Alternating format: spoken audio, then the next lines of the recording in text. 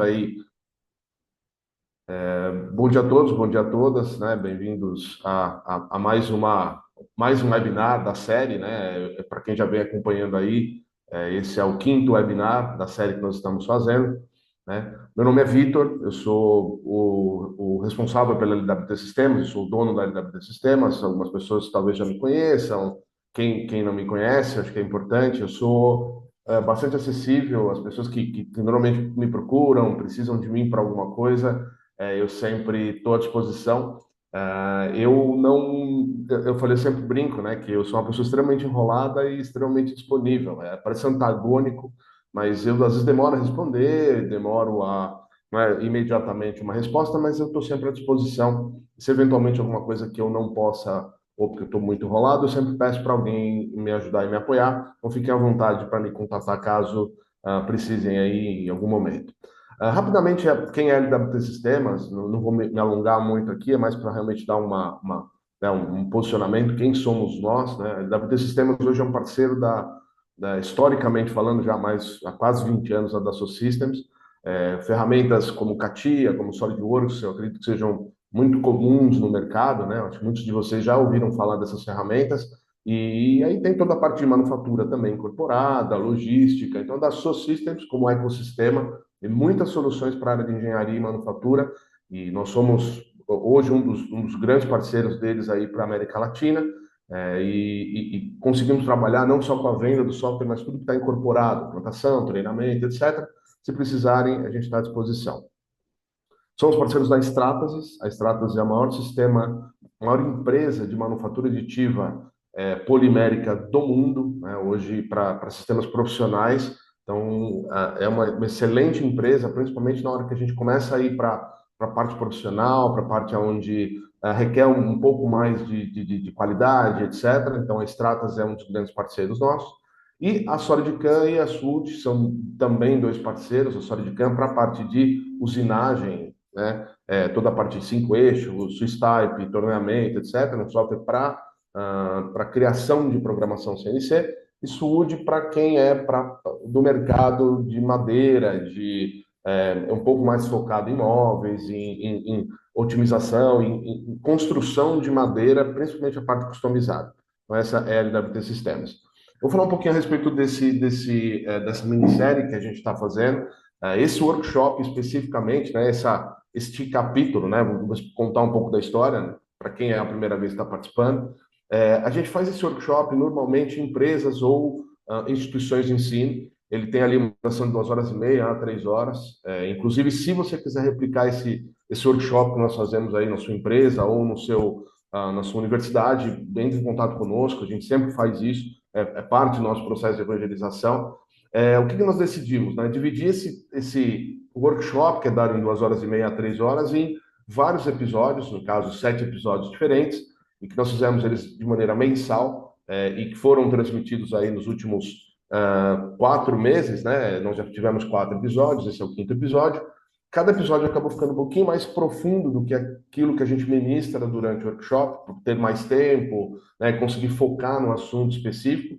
Todos os episódios eles estão conectados, né, e podem ser vistos também isoladamente. Tá? Então, quem não precisa ser não é uma minissérie, na verdade, onde você tem que ver o primeiro, segundo, terceiro capítulo, não. Ele pode ser visto isoladamente por temas. Então, aproveitem também. De repente, você tem um tema específico, alguma coisa que vocês gostariam de ver, né? E os próximas, né, todas as apresentações, elas sempre são na primeira quinta-feira do mês. Então, hoje é a primeira quinta-feira do mês. Os dois próximos episódios serão nos primeiros dias do mês de novembro e dezembro, tá ok?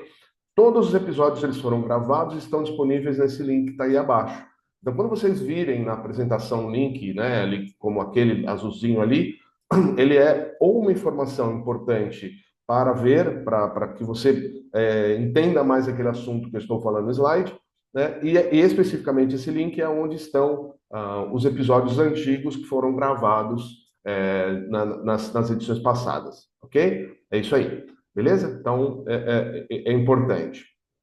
Só para dar uma visão geral, o que nós já fizemos, né? Quais foram os webinars que nós já falamos aí nos últimos nos últimos meses. A gente fez uma introdução à manufatura aditiva, falamos de prototipagem funcional, montagem em forma, aplicações industriais, manufatura de peças para uso final.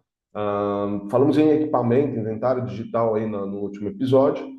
O episódio de hoje nós vamos falar de berços, dispositivos, pinças, garras de robô, função, molde de silicone, né? Algumas outras aplicações que não foram ainda vistas anteriormente e que a gente considera que são aplicações importantes para a manufatura de fio industrial. Então hoje vai ser um en passant, né? A gente vai falar um pouquinho a respeito de vários assuntos. O próximo episódio é muito interessante, na minha opinião, que é o Design for Additive Manufacturing, que é como projetar para a manufatura aditiva. Ele vai acontecer lá no dia 7/11. E o último episódio vai ser a parte de manufatura aditiva para a área de saúde. É um pouco diferente do que nós falamos aí nesses episódios aí, que são mais industriais. A gente vai falar um pouquinho mais a respeito dele, da manufatura aditiva para a área de saúde. Então, as datas, os vídeos que já estão disponíveis lá no nosso canal. E acredito que a partir dessa semana, no começo da semana que vem, aí, esse vídeo de hoje, inclusive, já estará disponível também na página principal do webinar. Algumas instruções gerais, né? Essa apresentação está sendo gravada, então é importante se eventualmente alguém não queira, né, participar, porque ela está sendo gravada, é importante que ela está sendo gravada para ser justamente disponibilizada posteriormente. A duração estimada a partir de agora é de 40 minutos, né? Então a gente usou os 10 minutos aqui para introdução e etc. Então, a partir de agora, em torno de 40 minutos. Esse, eu já falei anteriormente, em alguns dias, esse episódio vai estar disponível lá na página, juntamente com os episódios antigos. Se vocês tiverem qualquer pergunta, por gentileza, escrevam no chat. Vocês têm acesso a escrever no chat. E ao final da apresentação, a gente responde a todas essas perguntas. Caso a quantidade de perguntas for muito grande, não der tempo para a gente finalizar ela até as 10 horas da manhã, que é o horário limite que nós temos, eu faço um vídeo dessas perguntas que não foram respondidas, e o vídeo que vai estar disponível lá no YouTube terá os 60 minutos aqui que nós tivemos aqui agora ao vivo, e mais as perguntas que eu não consegui responder depois, para que vocês não fiquem sem nenhuma resposta, não fiquem sem nenhuma pergunta não respondida, ok? Então, de maneira geral, é isso aí que eu tenho para colocar. E agora sim, vamos começar realmente a parte a parte realmente que vocês vieram para ver, tá? Então, algumas instruções, etc. Fique à vontade para perguntar a qualquer momento, acho que é extremamente importante. Bom, vamos lá. Então, antes de começar, eu já falei isso em apresentações passadas. Eu vou trazer alguns conceitos que eu já falei ou já foram falados aí em apresentações passadas, mas que eu considero que para a gente enfrentar, né, a partir de agora aqui os próximos conceitos que eu vou colocar. Então, algumas coisas elas vão ser repetidas, mas não muitas, mas são importantes para que a gente dê aquela relembrada, na memória. Bom, primeiro ponto que eu considero como sendo de extrema importância, e para mim esse é o core, né, da manufatura aditiva. Eu diria que uma das grandes preocupações que você tem que ter não é só no equipamento, e sim na parte da criação do arquivo tridimensional. Então, o arquivo 3D ele é sempre muito importante na manufatura aditiva. Tá? Então, eu já tive casos, por exemplo, de clientes que falam: mas eu comprei uma impressora 3D, mas eu não tenho arquivo 3D para imprimir. Não faz sentido, né?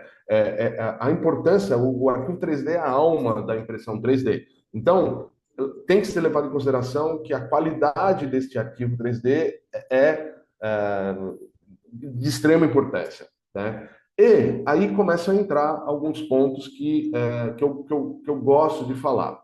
Nós vamos ter um webinar, inclusive o próximo webinar, ele é focado, então nós vamos ter 40, 50 minutos para falar a respeito desse assunto no próximo webinar. Eu só vou dar uma visão geral aqui, né, por que o arquivo 3D ele é importante, por que isso é importante, porque nós vamos pegar um conceito que é a redução de peso, e a redução de peso é extremamente importante para as aplicações que eu vou falar hoje. Então, primeiro conceito é a otimização topológica. O que é uma otimização topológica? É você melhorar, né, é você reduzir o volume da peça, é você reduzir a quantidade de material que a peça vai ter, né, para que você consiga ter a mesma performance inicialmente projetada, porém com um menor peso. E automaticamente o sistema vai fazer esse cálculo, vai fazer todo esse processo.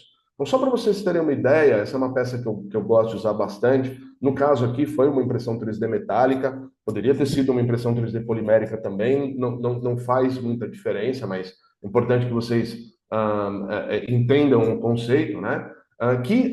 A peça do lado esquerdo é um sistema de cinto de segurança, né? Dá para ver ali a peça de cor preta e de cor vermelha ali, que são justamente os encaixes do cinto de segurança. Isso tudo é usado para fixar no carro, né? No veículo, no chassi do veículo, para vocês terem uma ideia da funcionalidade da peça do lado esquerdo.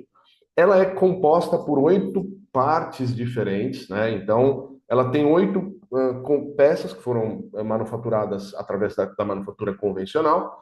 E a peça do lado direito, ela é exatamente a mesma funcionalidade do conjunto do lado esquerdo.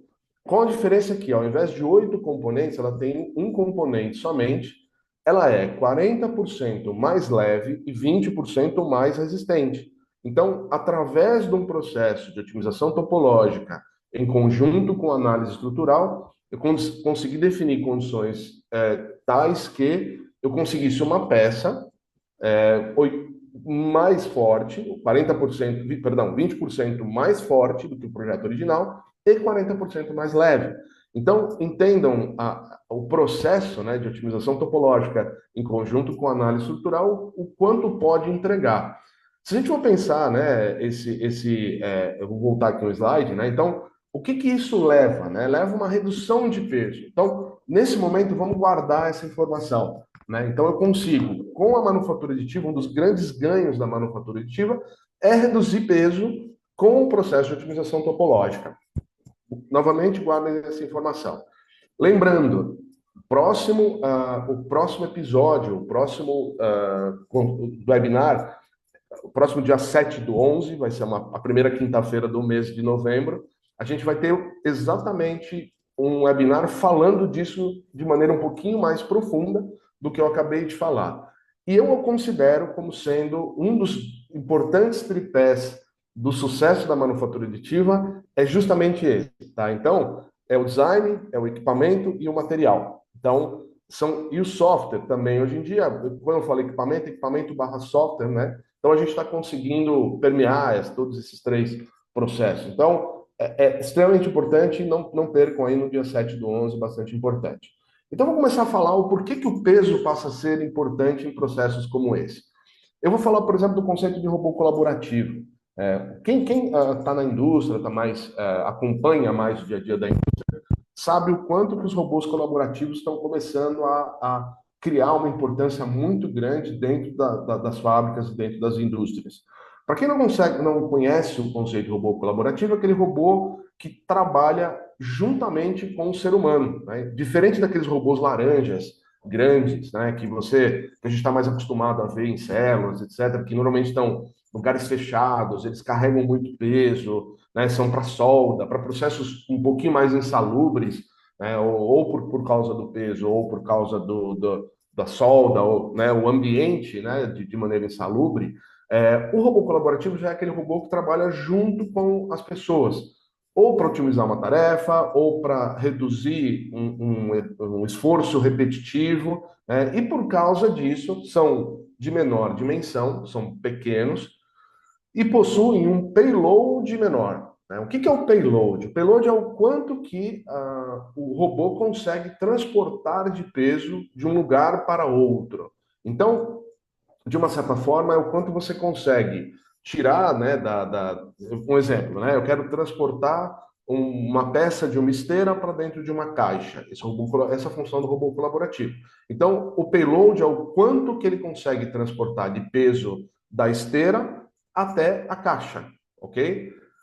Como é baixo, né? Como ele tem um pequeno payload, às vezes 2, 3, 4 quilos, né? Muitas das vezes você fica impossibilitado de usar um robô colaborativo para executar uma determinada tarefa, porque às vezes a caixa tem um peso maior do que o robô consegue transportar.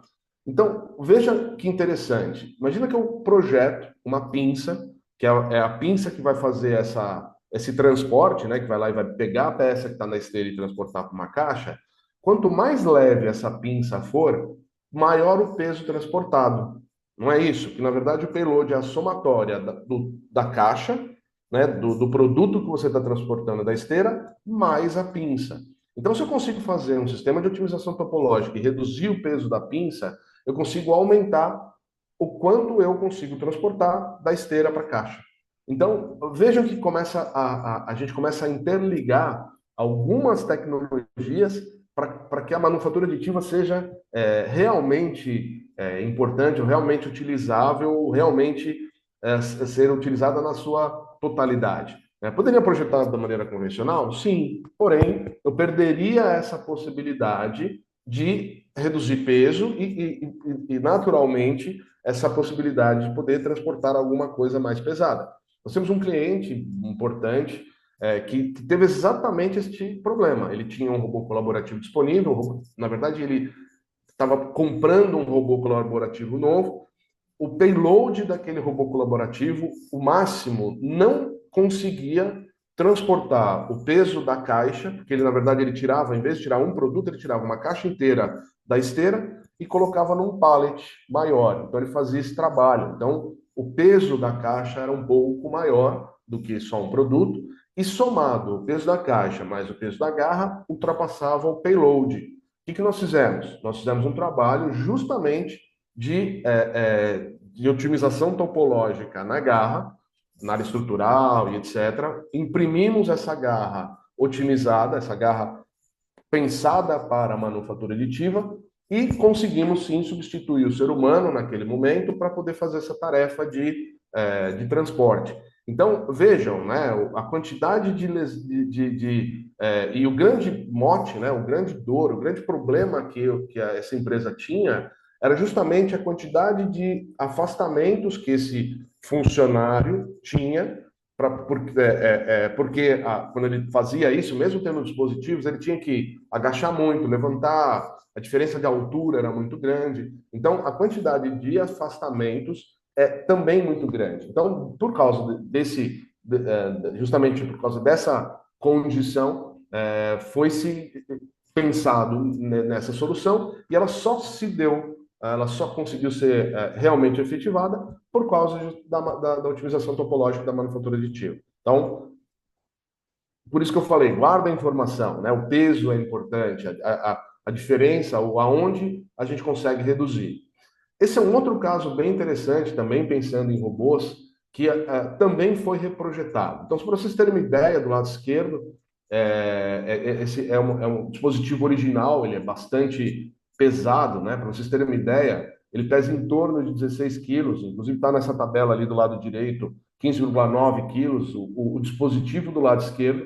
Ele é um dispositivo que ele é usado numa fábrica para fazer a furação, para fazer o acabamento através de um jato d'água. Então, se vocês olharem aqui, ó, na dourada, tem uma peça dourada escrito Gênesis ali, tem uma peça preta, na verdade, um cabeçote preto, que ele é um jato d'água, que ele faz uns acabamentos nessa peça de 90 graus aqui, que é uma peça em fibra de carbono. Então, ele é utilizado com esse propósito.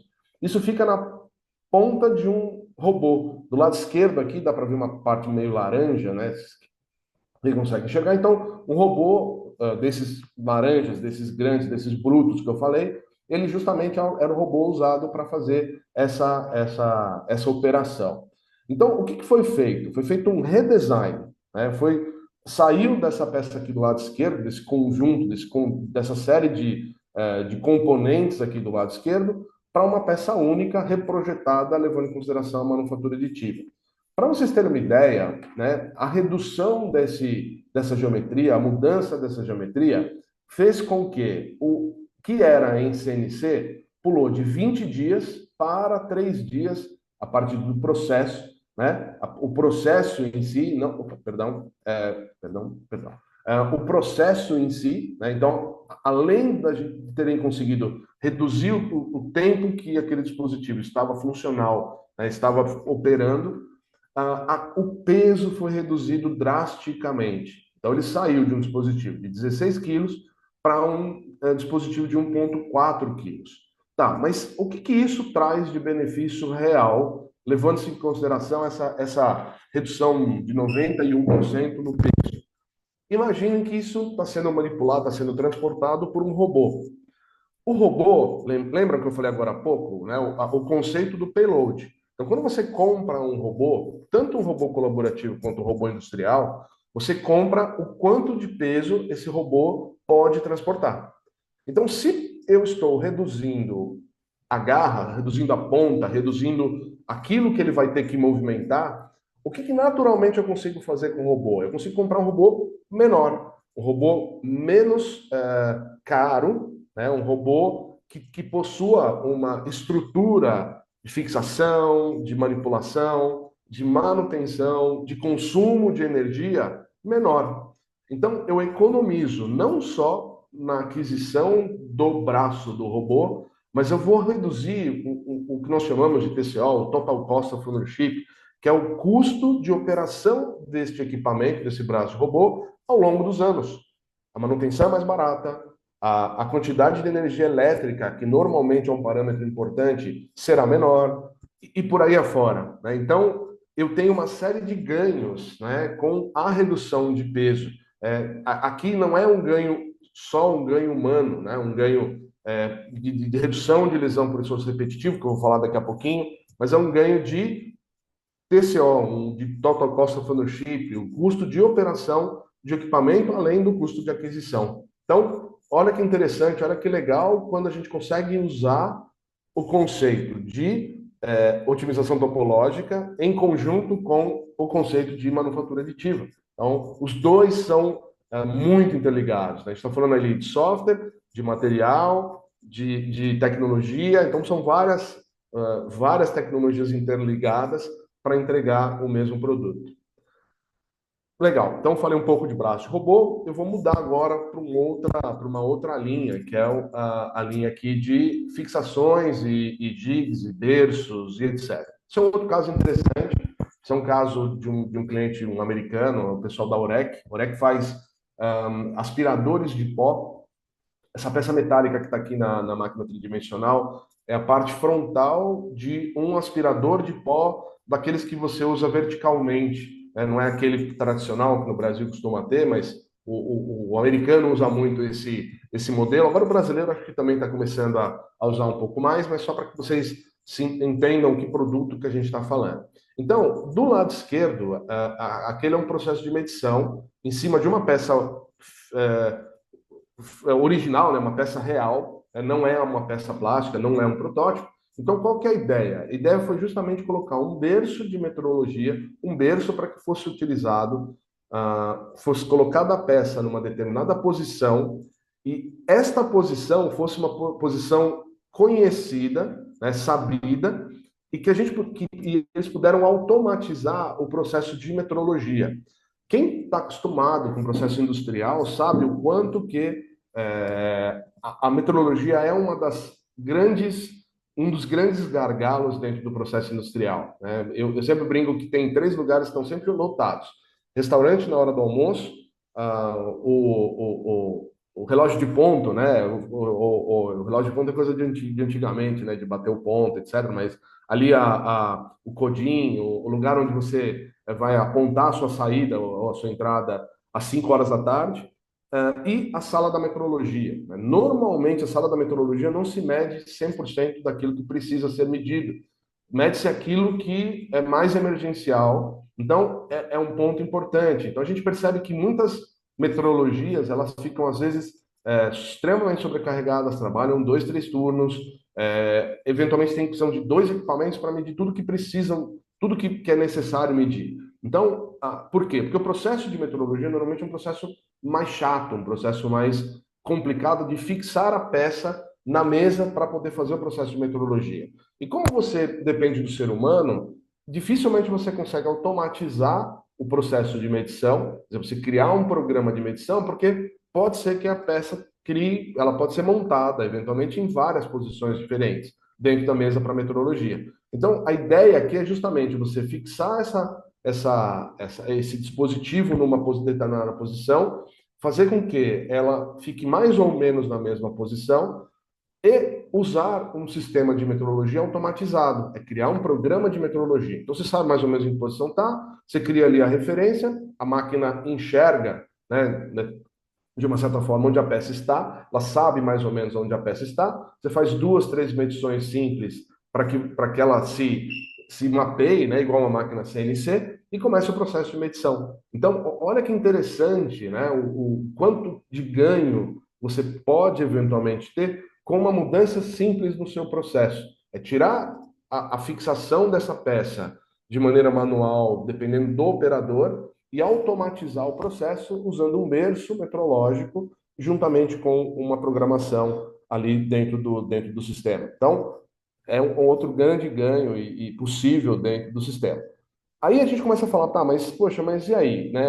A gente começa a precisar de ter que os equipamentos possam ter a repetitividade para criar esse dispositivo, ou não só a repetitividade, mas a precisão necessária para um processo como esse. Então, nem todos os processos de impressão 3D de manufatura aditiva conseguem te entregar isso. Então, é importante, né? Não é toda impressora que entrega a qualidade ou a precisão para esse tipo de operação. Perfeito? Então, essa é uma das grandes diferenças.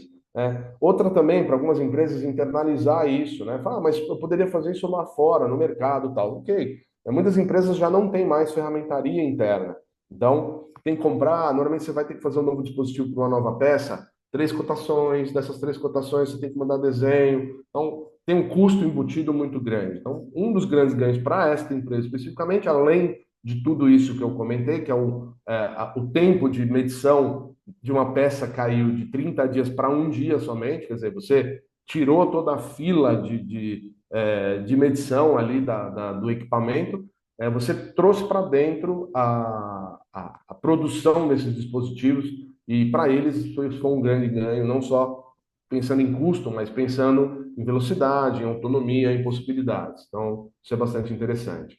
O mercado automotivo ele é muito grande para isso. Então, só para vocês terem uma ideia, eu coloquei alguns casos aqui. Eu vou falar de um outro caso mais específico ali na frente, mas aqui tem um dispositivo para montagem, né, de uma parte do dispositivo da parte da porta. Então, se você olhar aqui na esquerda, o rapaz está segurando ali com luvas. É um dispositivo. Algumas peças são impressas. As peças que são em contato com o veículo são impressas, né? Então, e embaixo aqui tem um projeto. Então, a parte de criação desses dispositivos passa a ser bastante grande, né? A gente que vai muito para a indústria tem percebido que cada vez mais tem se usado a manufatura aditiva para dispositivos de montagem, principalmente quem trabalha com montagens, né? Não só o mercado automotivo, mas mercado de linha branca, né? Também usa muito isso.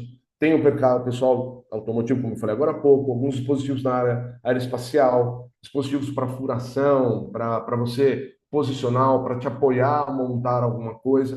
Então, ele é bem interessante. E do lado esquerdo aqui, ó, um dispositivo menor para guiar, né, a colagem de um adesivo no carro. Então, é mais uma das aplicações. Então, se usa muito e existe, sim, uma quantidade muito grande e aumentando cada vez mais de utilização para finalidades de montagem dentro da indústria. Eu gosto de usar esse caso, que esse caso é um caso bem interessante, que ele soma vários aspectos dentro do mesmo dispositivo. Então, esse é um dispositivo da BMW, é um caso da BMW, está bastante documentado. Do lado esquerdo, a gente consegue ver em alumínio o dispositivo original. Então, ali é o que foi projetado para ser utilizado e que foi utilizado por muito tempo. E do lado direito, mais abaixo dele ali, e na mão do rapaz de camisa azul, está o dispositivo projetado, levando-se em consideração a manufatura aditiva. Qual que é o objetivo desse dispositivo? O objetivo é colar na tampa traseira da BMW o adesivo da marca do carro. Independente de qual carro seja, ele vai lá, ele encaixa esse dispositivo na tampa traseira e esse é um dispositivo que ele vai colocar exatamente na mesma posição em todos os carros, aquele adesivo lá da tampa traseira. verticalmente, horizontalmente. Então, para vocês terem uma ideia.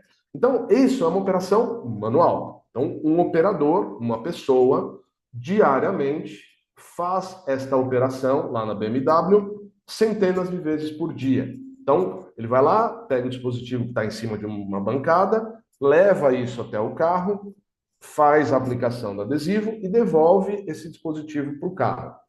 Para vocês terem uma ideia, o peso desse dispositivo, eu não tenho ele exatamente, mas eu tenho esse dispositivo na LWT. Mas eu diria que em torno de 50% ele reduziu o peso desse dispositivo, do dispositivo original metálico para o dispositivo reprojetado para manufatura aditiva. Então, entendam que um operador ele vai fazer essa operação durante 200 vezes por dia, 1.000 vezes por semana, vamos pensar 20 semanas, 20 mil vezes por mês, vezes 11, né? Vezes 10, fazer vezes 10, 200 mil vezes por ano, aproximadamente, essa operação de colar o adesivo. Então, entendam a chance que esse operador tem de sofrer uma lesão por esforço repetitivo, porque ele vai ter que manipular esse dispositivo e quanto mais pesado ele for, maior o risco que ele tem de sofrer essa lesão. E quando a gente fala de uma lesão, a gente tem vários aspectos que têm que ser levados em consideração, né? Porque quando uma pessoa ela começa uma determinada operação, uma função, ela tem uma curva de aprendizado, então a performance dela ela vai aumentando ao longo do tempo, porque ela vai internalizando, mentalizando, ela vai criando a memória corporal, né, daquela função ao longo do tempo, então ela vai ficando cada vez mais produtiva. Quando ela começa a sofrer dores, redução de mobilidade ou dores por causa justamente dessas LERs, a tendência é você perder em performance. Então, ao longo dos anos, ao longo dos meses, ao longo das semanas, você vai perdendo a performance desse operador, porque ele está manipulando algo pesado. Então, olha que interessante. Quando você diminui o peso de um dispositivo, você está reduzindo a chance dele sofrer uma lesão.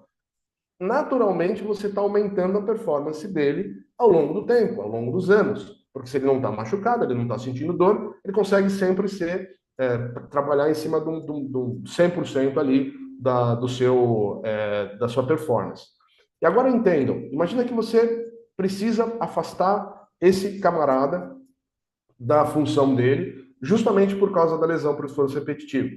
Todo mundo aqui, ou grande parte das pessoas aqui, conhecem, né, que a lei brasileira determina que os primeiros 15 dias a empresa continua pagando o salário, depois dos 15 dias a caixa, né, entrou na caixa, né, o termo que a gente acaba usando, mas o INSS, a Previdência Pública, assume esse custo, né, pelos 15, a partir do 16º dia. Então, entendam que pensando como rentabilidade como empresa, se eu não afasto uma pessoa, para mim é melhor, como empresa, né? Como empresário, como montadora, como indústria.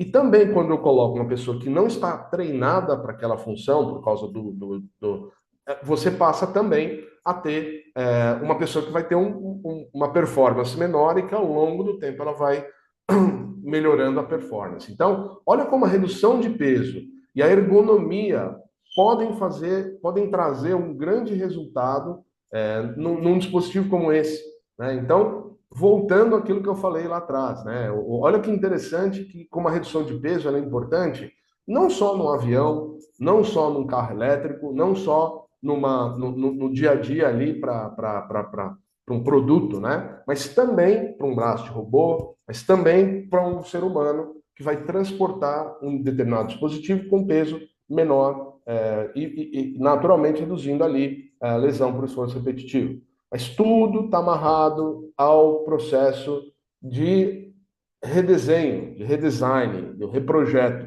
Porque se por um acaso eu pegasse aquele dispositivo do lado esquerdo ali e imprimisse ele, talvez nem funcionasse, né? Então, se eu tenho a possibilidade de melhorar design, melhorar a forma e reduzir peso, por que não fazê-lo?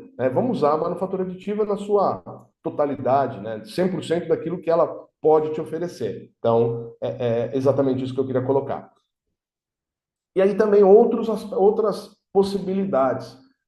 A gente vem percebendo que não é 100%, eu acho que eu acabei trazendo também, que é possível também, mas não é talvez o grande ganho da manufatura aditiva, é você usar para alguns outros dispositivos, alguns berços de montagem, né, em substituição à manufatura convencional. Tá? Então, o que eu trago sempre é, poxa, é interessante, é possível, dá para fazer, mas lugares onde você pode otimizar, onde você pode reduzir, onde você pode mudar, onde você pode criar, com certeza absoluta é onde a manufatura aditiva traz os maiores ganhos, aí as maiores diferenciais. Porque senão a manufatura convencional acaba sendo, sim, a melhor ferramenta, a melhor possibilidade, ok? Então, mais isso.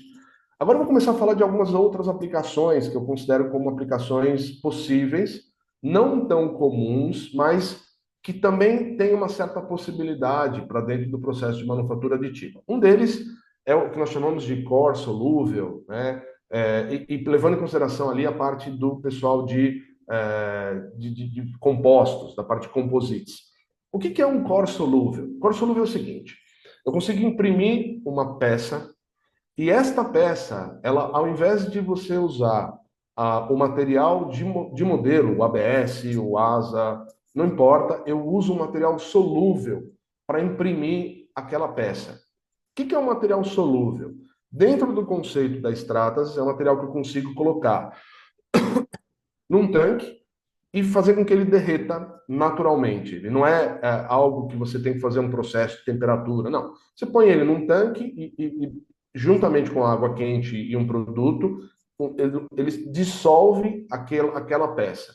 Então entendam, por exemplo, que eu quero fazer uma peça como aquela primeira ali, a imagem maior, acho que dá para ver bem, essa imagem que está bem no meio aqui, que ela tem a peça branca, é um corte solúvel, e a peça de baixo é uma fibra de carbono que foi enrolada sobre a peça solúvel. Então, é exatamente esse o processo.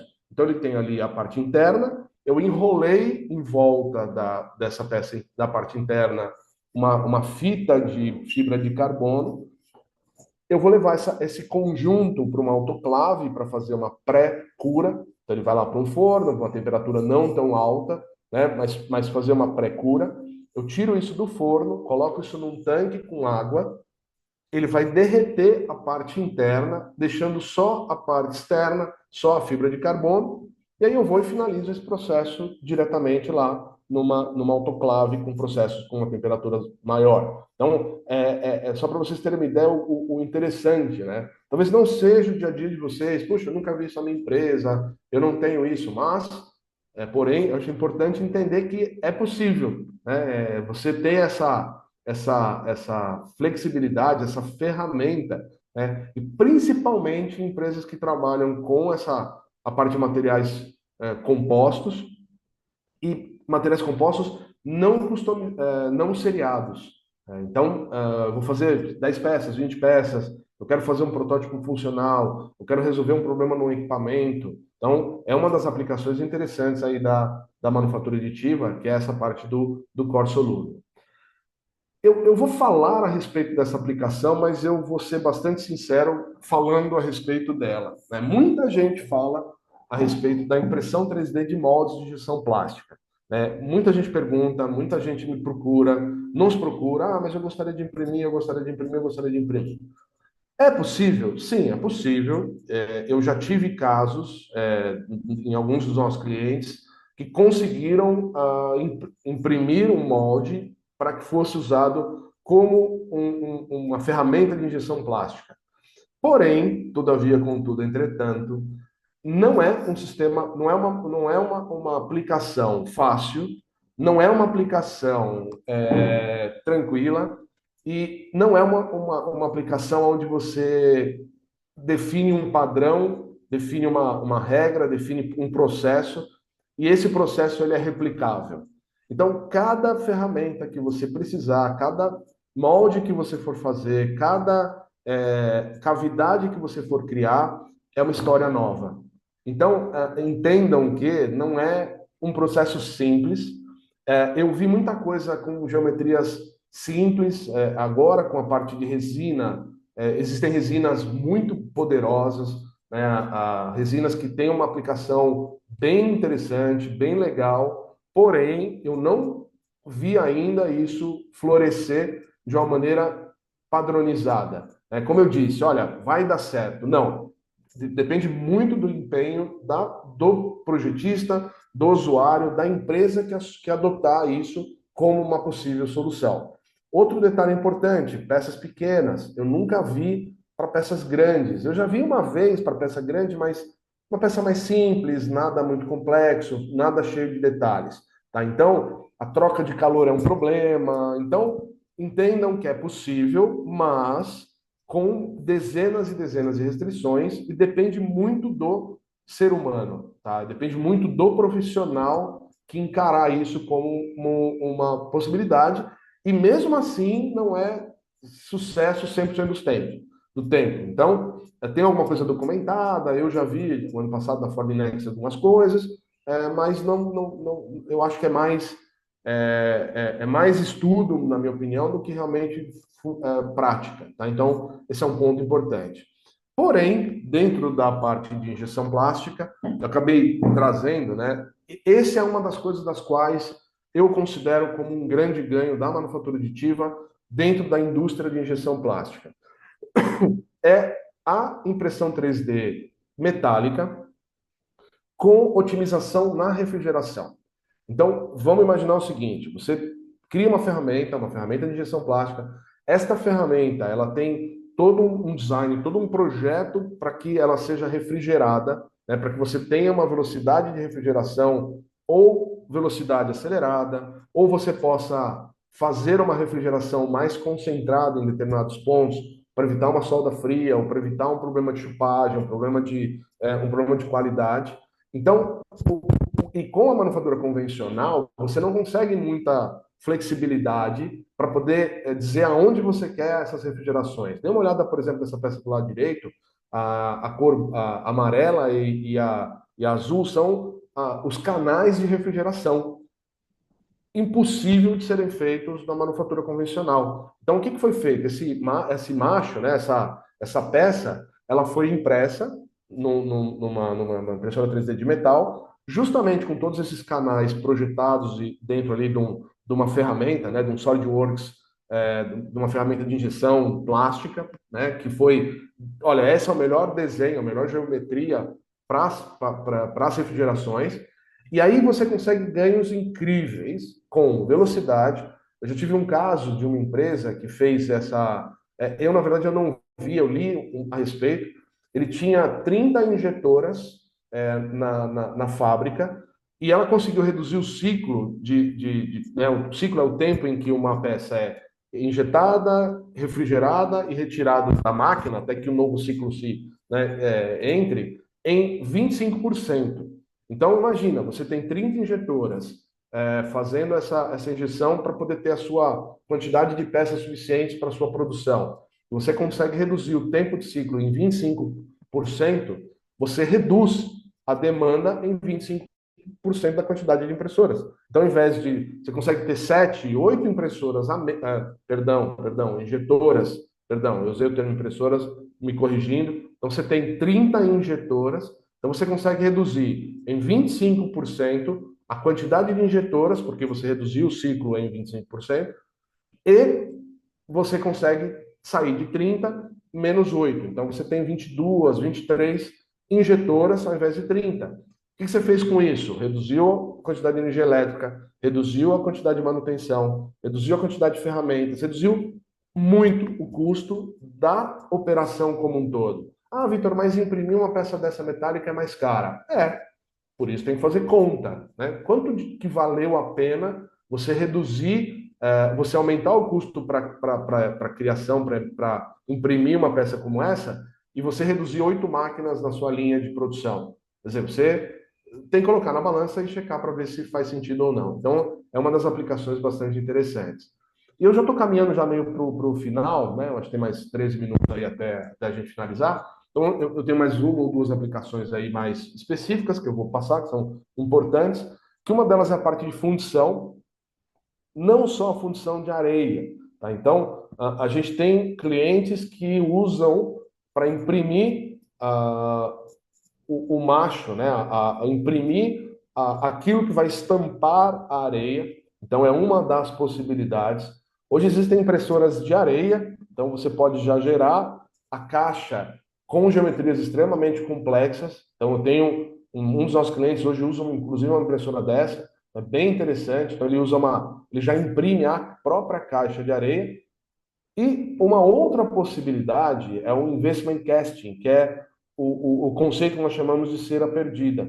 É você imprimir alguma coisa no material calcinável, e esse material calcinável você coloca numa caixa de areia e consegue fazer ali o invase, né, o metálico, e aquilo que era impressão 3D, aquilo que era material calcinável, ele sublima, ele evapora, vira fumaça, e fica com a peça final. Então, muita gente usa isso, né, função de precisão, né, tem outros nomes também, mas essa cera, essa parte de cera perdida é uma das aplicações interessantes para a manufatura aditiva quando trabalhamos com peças complexas. Então, algumas empresas que nós temos como clientes, por exemplo, eles fazem função de pequenas quantidades, de peças um pouco mais complexas, às vezes para uma prototipagem funcional, alguma coisa assim, é uma das grandes possibilidades dentro da manufatura aditiva. E por último, que é a parte de molde silicone, que é para gerar um molde para fazer uma replicação de peças em poliuretano, que é um processo muito comum também quando você tem baixa quantidade. Você vai lá, você gera um molde de silicone, esse molde de silicone, você usando poliuretano, a fusão dele, né? A fusão não, perdão, a solidificação dele não é um processo complexo, alta temperatura, normalmente a temperatura ambiente e na junção de dois materiais ele às vezes expande e faz a parte, né, de endurecimento, de enrijecimento, então também é muito usado. Você vai usar uma impressora 3D para gerar um standard, para gerar a peça que vai fazer vai ser usada para que o molde de silicone seja criado. E aí, a partir desse molde de silicone criado, você consegue uma replicação de peças, né, de 100, 200, 300, em pequenos lotes também. De uma maneira intermediária, de você conseguir fazer ali a sua produção, né? Criar uma ferramenta, né? Um molde para que possa ser replicado ali centenas, dezenas, eventualmente até milhares de vezes também é possível, ok? E leve em consideração que a manufatura aditiva é um canivete suíço. Eu já falei, eu usei esse mesmo slide no passado. A manufatura aditiva ela é versátil, né? Ela tem aplicabilidades enormes. A gente que anda na indústria, a gente percebe cada lugar que a gente vai, alguém está usando a manufatura aditiva de um jeito diferente que eu nunca tinha imaginado. Os problemas são diferentes, né? As necessidades, as demandas são diferentes. Né? Uma indústria pesada, por exemplo, tem dores, né? Tem necessidades diferentes, por exemplo, do que uma indústria, por exemplo, de montagem, né? De linha branca, por exemplo, e que tem diferente de uma automotiva, e que é diferente de uma de linha contínua, né? E etc. Então, a manufatura aditiva ela pode ser usada de uma maneira muito ampla. Então, use a sua imaginação, né? Eu sempre falo isso, né? Eu tenho mais alguns casos aqui, polpa moldada, né? Que é aquele papelão, o pessoal vem substituindo muito, por exemplo, embalagens de isopor. O isopor é um grande problema ecológico, por exemplo, para aquela polpa moldada, que é um papelão. Né? Uma vez eu levei uma puxão de orelha que falou, aquela embalagem de papelão. Ela falou, não, não é isso, é polpa moldada, que é um pouco diferente, é um processo ecologicamente mais limpo, né, mais correto. Tem a parte de termoformagem, de uma maneira geral também, né, vacuumforme, termoformagem. Então, existem dezenas de outras aplicações que eu acabei não falando aqui. E como eu disse, seja criativo dentro da sua empresa, da sua indústria, dentro do seu processo. Existem dezenas de oportunidades. Essas oportunidades elas estão lá. Então, você tem que ser criativo, saber usar a tecnologia para que atenda a sua demanda e a sua necessidade. Ok? Legal. Então, só para. Beleza. Perfeito. Então, eu vou abrir agora para dúvidas.